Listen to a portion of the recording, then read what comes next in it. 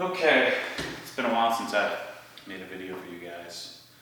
I was supposed to go to Cars for the Cure today, take the M3, but kids were sick, but now they're feeling better, so I ducked out of some church function, and here I am making a video today. So I thought what I'd do is spend a few minutes taking you through the garage. I've had a bunch of people ask me, to sort of do a tour of the garage. I love it. I mean, it's not anything super elaborate or exciting. It's just super clean, which makes it, I guess, a little different than what most people do. So I wanted to take you through it and explain my thought process. I've been dreaming about some of this stuff for longer than I can remember. So I figured I'd take some time and make a video and sort of take you from start to finish through the entire project. So let's start with the TV. I mean, the TV was here before any of this other stuff was, so I figured I'll explain the thought process behind that. I used to sell, design, whatever you want to call it, mainly sell home theater. And this was back from, say, 2000 to 2004, or something like that, 1999 through 2004. I started selling car audio, car stereo, and then the next thing I started selling was home theater. So this Pioneer Elite that I have in the garage is way, I guess maybe not too nice for my garage now, but has been way too nice for the garage. It's an old 1365 by 768p, so it's a progressive scan, 50-inch TV, and it's a plasma. At the time, when I got this back, several years ago, back in 2000, I think I bought this in 2006. After I left the business, I got it at cost, and cost was $5,000. So sort of puts into perspective what a decent television costs today in comparison to what they cost when I was selling them. They've come down considerably in price. I guess the disadvantage is that, and I don't want to get on a whole diatribe of LCD versus plasma, but I probably should put an LCD in here, but I just can't. I can't even look at an LCD. I don't care how much money you spend on it, how much calibration you do. It just looked fake and looked like crap to me. So I just deal with the glare. This TV it took Panasonic 6 years to surpass the Pioneer Kuro stuff that had come out when they finally switched to 1080p. But anyway, this set does a good job out here. I mean, it's piano black, which matches the speakers and sort of the whole theme. I didn't really think through mounting the TV. It was already mounted, so I didn't think through position-wise. I don't think it looks bad. The OCD in me probably would prefer this to be, perfectly centered, but who knows how long this TV will last. It's already 10 years old, so I wanted to mount the cabinets at the proper height, and so I just sort of mounted cabinets wherever I felt like they should be, and then mounted the TV. The TV was already mounted, so I just mounted the cabinets where I wanted to. This is one of the older plasmas where you do need a set-top box, so all the guts of the television are actually in the box, which created a bit of an issue trying to figure out how to wire this thing up, because you can see the wires here, which drives me crazy.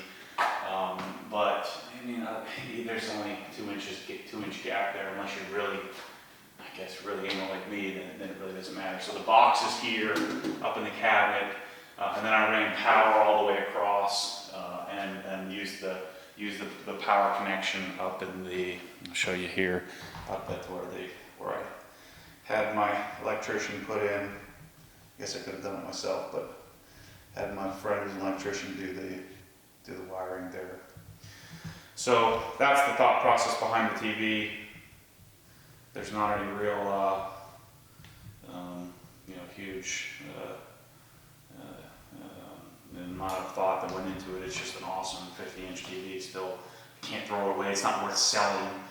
So I'm going to keep using it out here, and I guess maybe someday I'll switch to a 1080p something. Maybe organic LED. I'm holding on to hope, because LCD or what do you call it, LED, which is just LCD with a cheaper backlight, is garbage. So we can debate that later on. The next thing, so let's just keep on sort of the AV theme here. Let me stop this down a couple stops, get you focused in here. So, sort of, let me explain my reasoning here. I've been a Dyne Audio fan since my car audio days. I wanted something. I was actually going to mount the speakers up where I have the old clips up high, and I just decided, you know what, I've got 180 inches of counter space. I think it'd be all right if I put a little bookshelf speaker on the shelf. Obviously, this isn't the best environment for audio. There's stainless steel, which is which is a really harsh surface. We got block walls, we got metal, steel everywhere. You got plastic floors and an aluminum door. So the acoustics of this environment are not very good. But I still wanted a nice pair of speakers. I think these are like $1,200 or something like that. I bought them used for $650 from a guy out in California on Audio Gone. They're silk dome, soft dome tweeters, which is what I love. I don't like metal, I don't like ribbons, like my Burmester in my Carrera S. It was okay, but I prefer a good old-fashioned silk dome tweeter, and I guess the driver doesn't really matter, but Dyne Audio is one of the few manufacturers who actually makes their own drivers from start to finish. So their cabinet, their enclosure is clearly custom designed to fit or to optimize their drivers. So these are great. Don't let the size fool you. These are great speakers, and it continues on with the piano black theme of the TV. So I ran what I did. I don't know if you can see me here. Let me check this.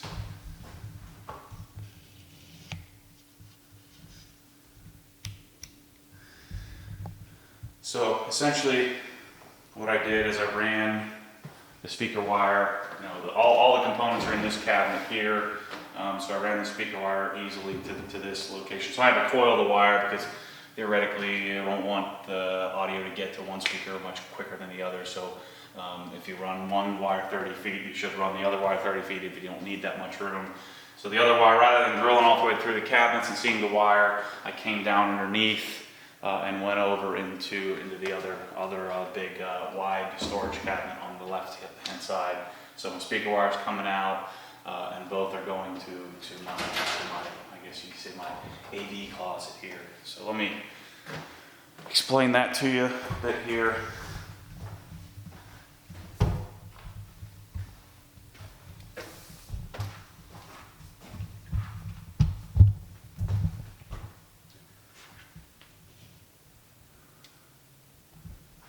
This is a bit of a hodgepodge of the stuff that I've had laying around for years. So this receiver will probably go at some point. I don't think it's good enough for the quality of subwoofer and speakers that I have, but it's a old Yamaha RXV800. I just run it in 2-channel mode. I'm still undecided whether I'm going to do full 7.1 or 5.1. I'd probably only do 5.1. But I might just do that someday. I'll wake up bored. But I've spent enough money here lately. I had an old, really expensive Monster HDS 5000 sitting up in the attic, so I might as well use that. My DirecTV box, a Panasonic, old crappy Panasonic Blu-ray, Apple TV, and then I extend the wireless router out here with the Apple time capsule. And then, rather than running power down here, I already have to run the power for the fans, so I just ran an extension cord up to the top. Subwoofer comes down through the cabinet, and pretty simple install, pretty basic. There is attic space above here, so if I do want to do the rear speakers, it will be a piece of cake. So AV, I've got 2.1, I guess you could say. Here's the subwoofer. If you follow any of my journals, I bought a JL. Obviously I've always loved JL subwoofers for the car. This thing's no joke. It's a E112, so it's a single 12-inch driver, and I cares how much power it has enough power to be pretty sweet. It's a single sealed enclosed, kind of very similar to like a JLW7 car audio woofer. I think the E series uses a little bit cheaper design, but they're still pretty serious. You can see the roughly 2-inch, 3-inch rotor surround. The excursion on these is pretty dramatic. But it's a perfect sub, super expensive, but a perfect sub for the garage. I decided to spend some money. I bought it used for, I guess it was like $14.50 from a guy on Audio Gone, same place I got my Dyne Audios. I'm usually pretty bad about buying used stuff, but I always end up buying everything new. But with these speakers being in the garage, I thought it was probably smarter to save a few bucks. Since I'm out of the industry, I've kind of lost most of my connections. I'm gonna play with the wire. I just put it there. If you guys watch my videos, you know that's sort of unacceptable to me. I do need to dial in a little bit better. You can kind of see the loopy black wire. I did cut a little channel in there, but I do have some work to do. I'll figure that out at some point. So, let's see, what are we going to talk about next? Let's just start, let's start on the right-hand side here, the cabinets, and we'll sort of talk through the rest of the stuff. So the fans I had before the cabinets, and you can see the wide storage cabinet I had to mount on the ground, which is fine. And I did end up having to move the fans up at about 2 inches. If you see my journal, garage journal, you would have noticed that I had to take the fans off the wall, fill the holes, and redo them. I only needed to move them like an inch. But the fans are Air King quiet. Now, they're not a whole lot quiet. I don't know if you can tell the difference here, but I usually run them in medium mode. I could wire them up, but I just walk over here. I'm taller, so I can just pull the strap, or pull the cord. These are oscillating, but I don't. The way that they turn, because I didn't want them in the middle of the room. I don't oscillate them. I leave them fixed. So you can hear the volume of my voice versus the fan. There's 3 modes on them, and I would absolutely recommend if you're going to buy the Air Kings. There are commercial grade. Make sure you buy the quiet version, because the quiet version is still pretty loud. I can't imagine what the non-quiet version sounds like. I think they just have a little bit better motor than the regular ones. They're only a little bit more. I think I bought them from build.com, so they were like $270 shipped or something like that each. So super expensive, but I would fully expect to have these for decades. So commercial grade fan. I use them like this time of year. I don't really use them at all. But I'm sure I'll need them in the summer. I used them all last summer. They really take the edge off of the Florida heat. So, starting with the right wide storage cabinet.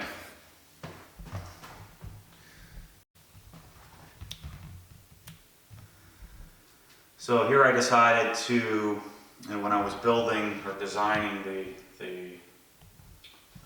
cabinets, obviously I didn't want a gap, but it's kind of worked out. I mean, the gap doesn't really create any problems. It allows me to access the side of the cabinets. It's a little bit short of 10 inches on both sides, so I guess I can't complain. But when I was designing my Lista or my Moduline, I was going to have a 1/2 inch tolerance. But these Sabre cabinets I cannot explain to you how great they are for 1/7 the money. So with shipping, I was just over $6 grand for the whole 23-foot array, and countertops included. And then you figure I had to buy some Tapcons and some concrete bits and some washers, and what else did I buy? Some lag bolts to mount the countertop, and of course I bought the bike separately.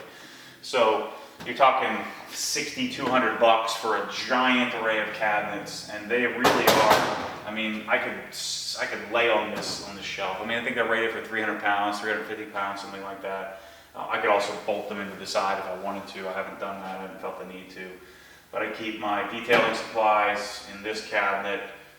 Just sort of thought process there with the theme of having all the spray bottles on the right.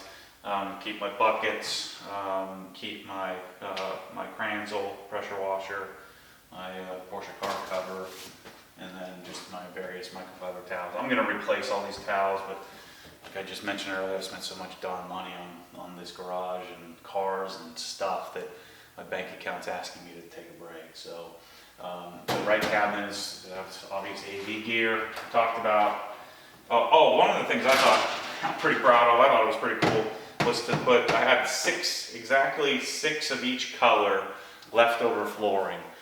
So just to sort of keep the bottom from getting all jacked up, I decided to just do a quick little custom fit, cut them to fit the bottom of the cabinet. I thought it was pretty smart. So the things that, when you order them from Sabre, the cabinet again are Sabre cabinets. The wide storage cabinets don't come assembled, so you have to assemble these, which is a piece of cake. And I put like 100 Capcons in the wall. I mean, I guess you figure it probably took me 2 hours to build each cabinet. The other thing that doesn't come assembled are the top cabinets, but they probably take an hour to put together. So I think to do this whole thing, I'm not particularly gifted at doing things, blue collar things, but I did all the install myself, and it wasn't too difficult. So the top cabinets, they are 30 by 30, and I think it's online, but I think like 15 inches deep. So they weren't as deep as my Geneva cabinets, the red and black ones, if you've seen the start of the garage.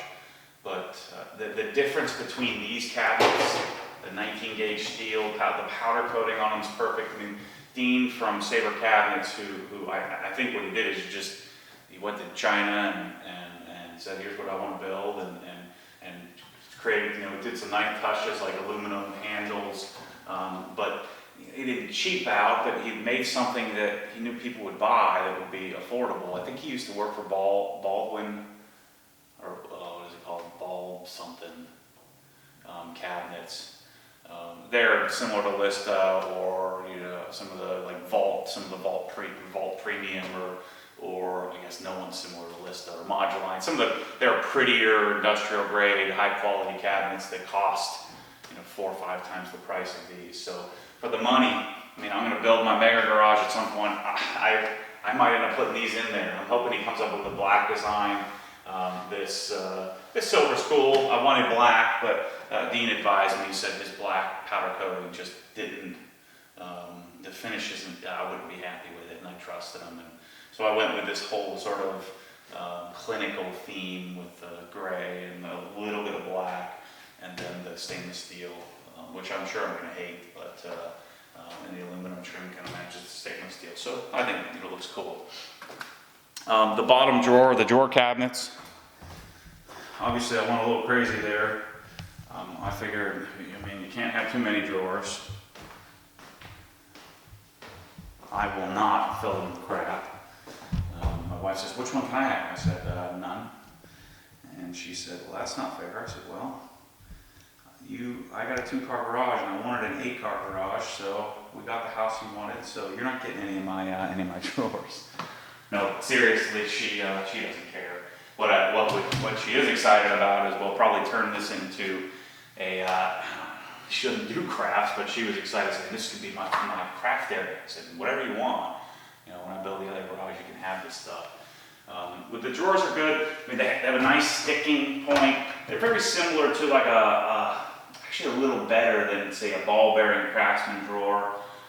So the small, or whatever, the 3-inch drawers have a single, whatever you call that thing. You guys know what I'm talking about. And then the bottoms have 2, and they easily come out when you're mounting the cabinets, or mounting the drawers, the bottom drawers. So these, you can mount on the floor if you wanted to, but I'm kind of tall, so I wanted the countertop to be at a reasonable height. I think the top of the countertop is at 38 inches, is where I put it, it's where I like it. You can see also each one of these lock, I won't lock them. My son's pretty good about not messing with the stuff. And who knows, maybe my daughter will have to lock them for her, but the stainless steel countertops are really nice. I mean, these whole 90-inch countertops are $330 plus shipping. Stainless steel looks great. I mean, it's going to drive me insane because of all the fingerprints, and I clean them 2 times a day, and it's no different than your stainless steel refrigerator. There's fingerprints all over it, and kind of looks messy, but it certainly looks cool. So, vise. I've always wanted a vise. Really don't know what I'm going to use it for, but you never know. I mean, they come in super handy. So I started to do research and realized that there are trillions of options of vices. But I wanted a good one. I wanted one that I knew was high quality. So then I started searching and realized that some of these vices are like $3,000, $4,000, $5,000. And then I knew, as much as I tend to get carried away on stuff, I knew right away that a super high-end expensive vice is not something I needed. Like, I wanted it more for the look than I did anything. So I was torn on whether I do blue or red to match the shelves. I really don't like the red shelves, but that's Griot's color, and we got a couple of people made suggestions, go have them powder coated. I might do that someday. I like the blue theme, it matches the blue of my car, it's kind of cool. Again, this sort of slight touch of colors, I just think it's kind of neat. But I don't like too much going on. I know every dude on the planet loves some goofy stripe on their wall. And who puts stripe? I don't understand that. But anyway, to each his own. But I'm not doing a darn stripe on the wall. So I don't want tons of color all over the place and stickers and all this stuff. So the vise swivels are swiveled 360 degrees, so I can work on it like so. I mounted it just so that the handle can clear. I probably should have mounted it a little bit closer, but I wanted to make sure that I had a good solid, I guess you could say, grip in the middle of the cabinet. So all it is what are these called? Carriage bolts that are bolted to the top. I went over here and actually reinforced. If you saw some of the pictures of the install, I reinforced this side, and then I ended up realizing that I wouldn't have any room to put anything. So if I had a piece of PVC pipe or something, I would be limited in space. You're also, if you're right-handed, you're supposed to put your vise on the left-hand side, but just for aesthetics, I just felt better. I'll probably be doing more stuff over there because it's closer to the door, to inside. So I felt better about putting it here. It also swivels sideways as a pipe grabber. This vise is a Yoast vise. They're one of the big names of vise companies that have been around since the beginning of time. I think this vise shipped was it's just shy of $300. So obviously pretty expensive, but I will have this thing probably pass it down to the next generation. It's one of those things that you'll probably have forever. So easy mount, took 2 drawers out, blew through the stainless steel countertop, bolted with some lock washers, and you're good to go. So that's the vise. Obviously, one of the questions would be, what do you keep in your cabinets, and tools, and I try to keep things simple. I don't like a lot of clutter. I think that's pretty obvious, but each cabinet, I also didn't want to be jammed full of crap. I don't own a lot of crap, but I know a lot of people do, but I don't. I refuse to. I'm a 2-month rule. If I don't use it for a couple of months now, within reason. I mean, a Sawzall you're not going to use very often, but if I don't use something, I get rid of it.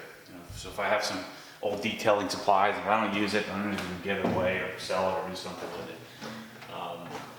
This, I take some bolts back to Home Depot, but this cabinet, I put I need to get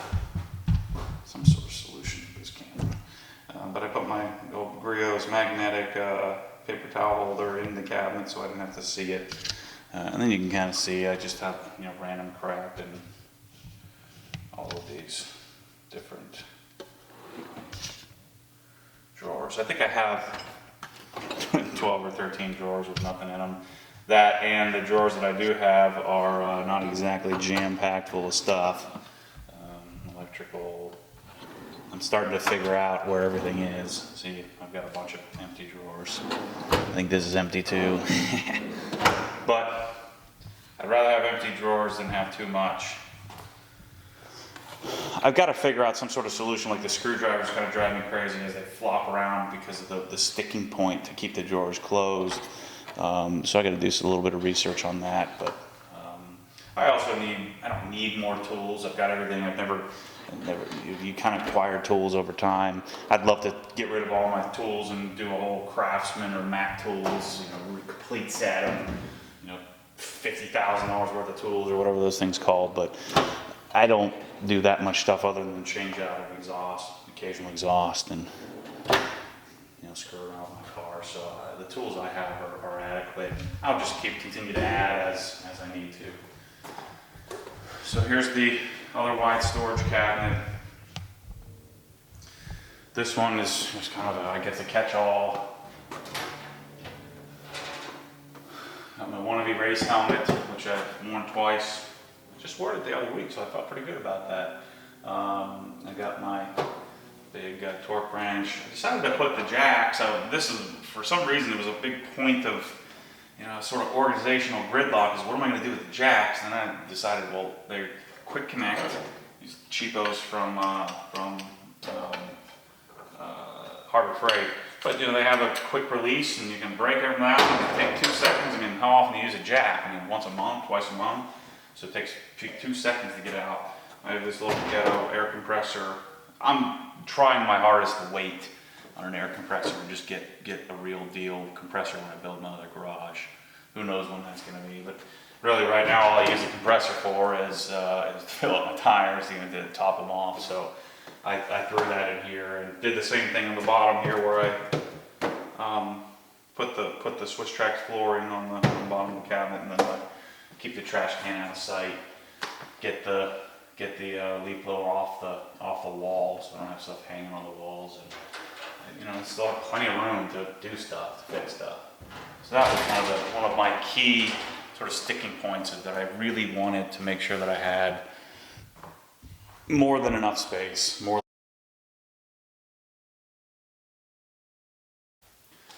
So let's talk about the floor. I've gotten lots of questions about the flooring. Telling you the short story here. I absolutely, positively did not want plastic flooring. I just can't. I can't stress that enough. There's nothing more than I just hate plastic flooring. I played volleyball in college. We played on all these sport courts on top of concrete with this thin little piece of plastic, and I absolutely didn't want plastic. But in making a long story short as possible, I woke up one morning and decided, all right, I'm going to do a floor. So I've always just stuck with basic concrete and was fine with that. And I woke up one morning and said, I'm going to call someone, and I want polished concrete. So then I talked to the guys, like, well, polished concrete is going to cost you like $10 a square foot, plus the, you know, at Home Depot and Lowe's with the polished concrete, then bring the polishers out, and blah, blah, blah. So we decided to do a clear epoxy. Just sort of do a light sanding on the floor and just do a clear epoxy. Well, you don't know what's going to happen until you lay it down. We laid the epoxy down, and the gray floor turned like almost black. And then it amplified all the little stains. So then we decided, I'm going to shell out the extra cash. And I was way into this deeply, much deeper than I wanted to be. And the floor ended up, it was costing like $3,500 to do what's underneath here now, which is a metal epoxy topped with urethane. Well, the problem is, unless you get like a NASA certified expert to do your floor, it can see all the roller marks. It's super slick, and it looks like crap. I don't know why I sound. So I kept it made myself keep it for about a year, just to bring my stress level down. My wife hated it, I hated it, and then I decided what I wanted to do was tile the floor. Well, obviously you can't tile on top of urethane because it won't stick. So I then started doing some research and realized that, well, what you need to do is you need to grind the floor down.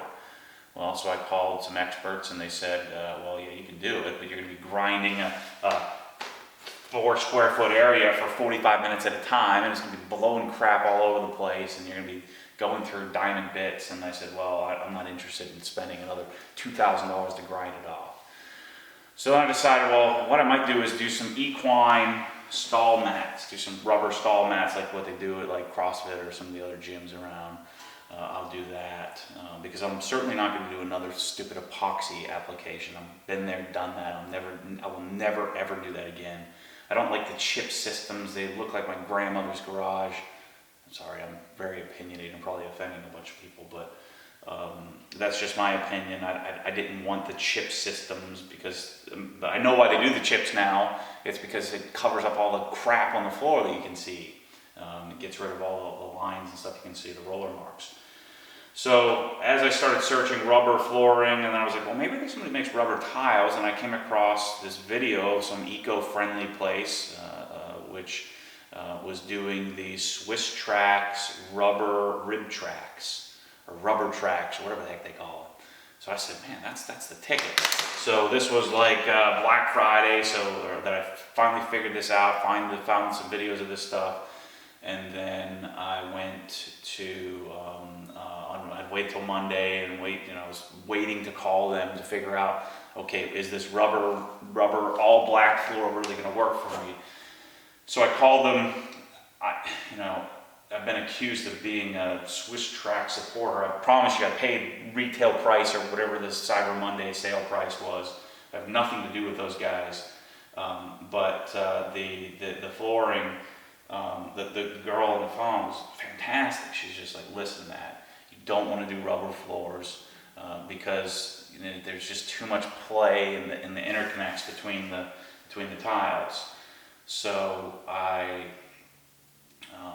said, okay, well, there goes that idea. I guess I'll go back to the drawing board. She said, no, listen to me. She said, our tiles are different than others. It's it's polypropylene and just like all the other companies, but it's thicker, it's heavier, and it's heavier duty. And when you walk around on it, it doesn't click and clack, because I made it very clear that I didn't want that. She said, if you trust me, if you don't, if I'm telling you a lie, you can send it back and we'll refund you all the money. I said, well, I don't want to do that. I don't have to deal with all that picking up and dropping off. She said, trust me, that you're going to like this. So the flooring came, I installed it, and I love it. I mean, it looks cool. I wanted to be certain that I kept it simple, and I wanted to do all one single solid color. But the girl talked me into doing some Lisa border, which I'm glad I did. And it's kind of outlines the parking area. But another thing that I have a strong opinion on is I don't want purple floors or some weird red checkers or some stupid crap that everybody tends to do. Guys tend to be so tacky. They paint their walls orange and red and then do some weird crap on the floor to make it just too loud. Some McDonald's combination of red and yellow. I'm not doing that. I want it very simple, very clinical. That's just my style. So I wanted it to be simple. So we decided to do this slate gray, and then with the black outline. I really wanted black, but she talked me out of black because the black will show dirt a lot more than the gray will. So the other concern I had was, I'm going to have crap in the inside these slats, and I'm going to see it. She said, well, all you do is just grab your shop vac and just vac it out. It sucks everything out. All the water runs underneath here. I dump some oil under, and I'll show you how easy this is. And let's see if this is the right one. Pull out a tile. Let's do this one. Once you figure out where the point is, so I can actually pull this tile out and lift it up 2 seconds. I'm not gonna pull it all the way out, but you see how easy it is, and just knock it back in place. So these aren't nearly as pliable as like the race decks. So if you're gonna just pull off one big sheet, is a little bit harder because they are 3/4 inches instead of a 1/2 inch. But I really think the 3/4 inch depth is what makes it not click and clack around as I'm walking on the floor. You know, it just feels like a solid floor. The other thing I really love, which I didn't think I would, which I didn't know I would, is as the dirt goes down underneath, the floor looks clean all the time. Whereas with the epoxy, I literally was either vacuuming, sweeping, mopping, or hand drying the floor twice a month. Now I'll be lucky if I even touch this floor. All I do is, the other great thing is that it tracks the leaves as they come in, so they never make it, the leaves never make it past a few inches into the garage. So, as you can see, I really like the floors. I would highly recommend them. I would recommend that you get a few samples from some of the companies and test them out. The other thing which I came up with on a whim is I still love the idea of the rubber, the rubber floor. I still love that whole thought process of having something that's rubber. I thought it would click and clack a lot less. So I decided this whole section here, so this whole section in front of my workbench, I'm not going to pull my cars up that far, so why not do this in rubber? And it's not really rubber. I mean, it's rubberized. So whereas this is like all polypropylene, this has polypropylene and a certain percentage of recycled tires or something like that. And the girl was right. You wouldn't want to be pulling your car on this because there's too much give, and the tires wouldn't turn, and the whole floor would be giving, and the joints would eventually wear out. So I don't think you want to do this in the whole garage unless you're not going to be pulling cars on it. The other thing is black will show dirt a little bit more, but I'm super psyched. I think it's awesome. Dare I say this, I'm going to probably do this flooring in my mega garage that I have aspirations to build someday. If I don't stop spending money, apparently I'll never be able to build it. But these tiles are 15 3/4 by 15 3/4 by 3/4 of an inch tall. I cut them on a table saw with a wood saw, took minutes. It's super easy, clips right in, takes no time at all. Super psyched about it. I would urge you to order a bunch of different samples and test it out. So let's talk the garage door for a second. In Florida, in fancier houses, we got a fancy garage door, which this is an 18-foot door, and it has these big, heavy hurricane figures on. Well, but it gets all bent out of shape like hurricanes, but I mean, there's been like 80 years in between hurricanes in Central Florida, so I don't know what we get all bent out of shape about, but I actually think it makes it look cooler. But what I'm going to do is cut, and it's going to be annoying, but I'm going to cut little square sections of insulation. It'll tuck right into the door so that I get a little bit more insulation, because I was going to put a mini split in the wall, but when I open up the door, the air handler's right in the laundry room, so we're a short run. Whenever I open up the door to the laundry room, it takes only a few minutes, and I turn the fans on, and this place cools down to 75 degrees quickly. So I don't really see the need. I'd like to, again, insulate the door. I'll probably make it sound a little bit better in here too, with all the plastic and metal when I put some insulation there. But I just got to go to Home Depot and buy some and cut out 1,000. What is there? 1, 2, 3, 4, 5, 6. 3, 4, 5, 6, 8. So I got 48 square panels I'm going to have to cut out. So I figure if I buy a bunch of it, and I'll do a couple of 5 panels at a time, and I'll be done in a couple of days. So I'll probably, and I keep meaning to do this, but the garage door opener, I'll probably do a side, whatever the ones that goes on the wall to get rid of the track. It doesn't really bother me all that much with 10-foot ceilings, and so it's not a big deal, but I need to tie up that wire a little better. I'll probably do one where it mounts to the side of the wall and does the sort of direct drive, or whatever they call those things, where you don't have to have this big track on the ceiling, but then I don't have to fill the holes and stuff, so I don't know what I'll do there. Here's attic access. The lights will blow when it's out here, but there's the attic access to the area above the garage. I actually took 3/4 inch plywood and mounted it all up there. And here you can see a little better here. So I keep like my rhino ramps and stuff that I don't use all the time. I just throw them up there, and I did one of these fancy little ladder things. So easy to install. Pull this down, comes the ladder. It takes 2 seconds. I can go up and down. So like my oil pans and crap like that, stuff that isn't heavy, I put up here. I also have a huge crawl space underneath the house, and then believe it or not, most of Florida, we don't have basements, but I have a basement that's unfinished that I also would like to finish at some point. It's a 1,700 square foot basement that we're going to finish and do at some point. So, before we talk about the detailing supplies, one last thing I'm going to do, and I haven't decided here yet, but I think I'm going to cover these up. I want to get my cars printed on aluminum. I actually have some samples here. It's pretty expensive, but I can use it as a write-off because my wife's a photographer. So you got these samples. I'm not sure if I'm in focus or not. You got these samples from Image Wizard, or I forget which company this is, but yeah, Image Wizards, where they print on aluminum. I just think it's super cool, and it's super shiny, and there's different options. You got matte finishes, and you got shiny finishes. What I think I'm going to do is I'm going to do one to cover up these electrical panels, do something simple where I can take it off and put it back on.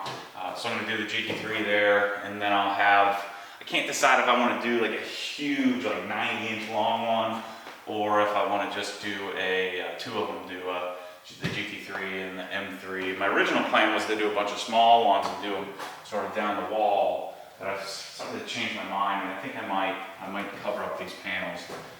They really don't look too bad because they match the floor and the other sort of look of the garage. But it would be kind of cool to get rid of that, to get that out of here.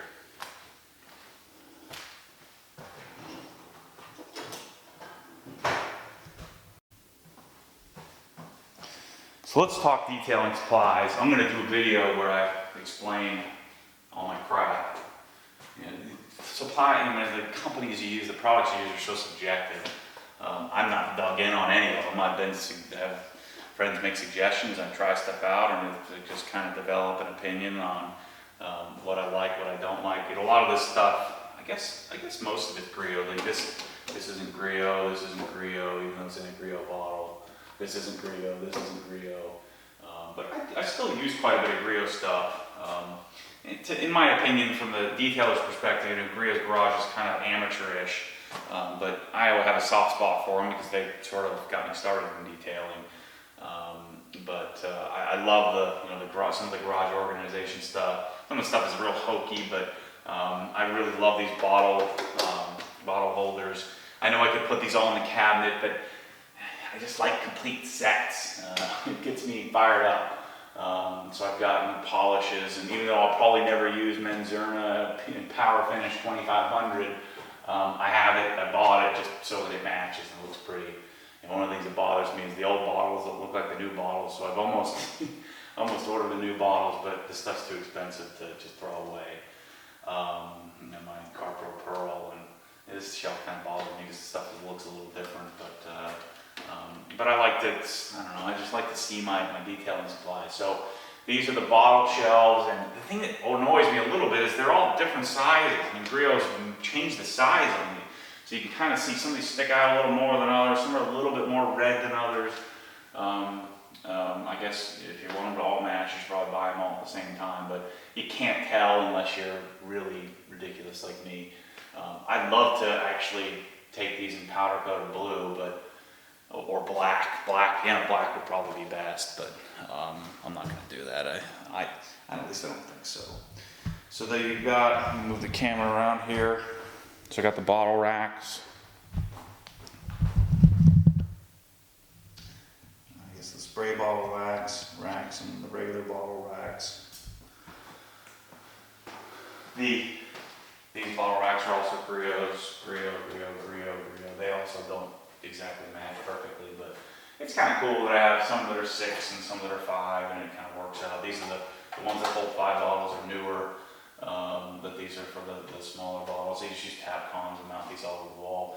These real gallon shells, I think I bought these like 10 years ago. Awesome. I begged them to make them again, but and everybody's asking, where do you get these? Where do you get these? I'm like, well, you can't. They stopped making them. They're super heavy duty. They're awesome. I wish I bought more of them when I did. So I searched around and tried to find something because I always found myself having extra gallons. So I found these from AutoAnything.com, and they're from Go Rhino, and the red matches pretty closely. They're not nearly as nice, but I just use it to hold the extra couple of gallons that I usually have. I mounted these higher. I didn't want to be interfering with the door to open the door to the car. You can see you've got plenty of room. I don't want to hit the wall. This is an oversized garage. It's 22.5 by 24.5 or so. It's 22.5 deep by 24.5 wide. So it is a really nice 2-car garage. Don't get me wrong. I'd like something bigger, but it is pretty nice. We do have the 2 windows, and I do have to keep the garbage in here, which kind of drives me nutty, but what are you gonna do? You can't win them all. The garbage is here. I think my wife would disown me. She had to walk outside to take the trash out. Can't, like I said, can't win them all. So that's the garage. I don't think I missed anything. So we got 2.1. The audio in here is pretty darn fantastic with the sub and speakers. I got the fans in the corners, TV in the center. So I've got DirecTV, Apple TV, Netflix, internet's out here. What else I got? Blu-rays. I watch movies. Pretty much anything anyone can need for a garage. And the M3 sits on the left. The GT3 sits on the right. Usually the GT3 is covered, but I gotta wash it. I think I might do a car wash video here today. The blue matches the blue. I'm pretty psyched about it. I've been dreaming about this sort of outcome, or this type of garage. Very sterile, clinical, lots of cabinets, tons of storage. It's kind of been my hope, or my sort of little dream that I could put something like this together someday. I know the camera's a little crooked here, but this lace is not extended. There we go. So it's been one of my aspirations in life to have a garage that's super clean, super organized. It is a battle. I mean, my son, my wife, they're always putting crap in here, and I'm constantly trying to clean it up and keep it clean. But this is usually what it looks like. The only area that gets a little dirty is by the door over here into the laundry room. They do tend to throw their shoes and stuff. But the great thing is the switch tracks. All of the sand and dirt and stuff goes down underneath the floor, and I just vacuum it up rather than tracking it into the house. So that's my story. That's the garage. Hope you enjoyed it. If you have any more questions, hit me up on YouTube. Can't believe how much of a response I've had on YouTube. I didn't actually intend on making a bunch of videos, but it's turned out to be kind of fun. So, like I said, again, hit me up if you have questions. Go ahead and feel free to make me say I'm an idiot and doing everything wrong. That's fine. It doesn't bother me that much. Everyone's entitled to their opinion. And just again, remind you, I'm not an expert. I'm just a guy that does a lot of internet research like most of you do, and just happen to have a good job or make a pretty decent living, and get to live out some of these dreams that all us car guys have. So keep in touch. Appreciate it.